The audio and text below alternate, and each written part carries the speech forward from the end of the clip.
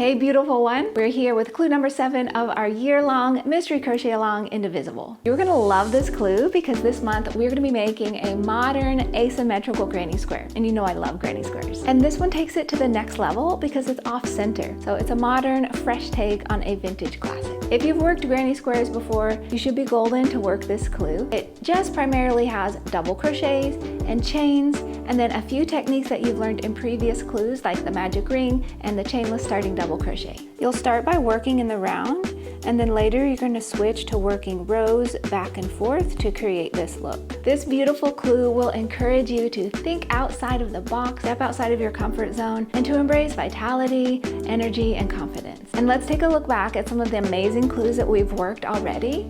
I love all the different stitch patterns and all the textures, and we have so many beautiful stitch patterns coming down the pike for you too. For this month's clue, we use our gorgeous Halong Bay Crema Worsted yarn. This is a very subtle and delightful colorway. For the base, it's this scrumptious muted aqua green tone, and then it has barely there hints of magenta scattered throughout. It's very sophisticated, it's very nuanced. And as always, you can download the newest clue as well as get this color at expressionfiberarts.com. So have a wonderful time crocheting your clue for this month, and I will see you next month with clue number 8. Ta-ta for now. Bye.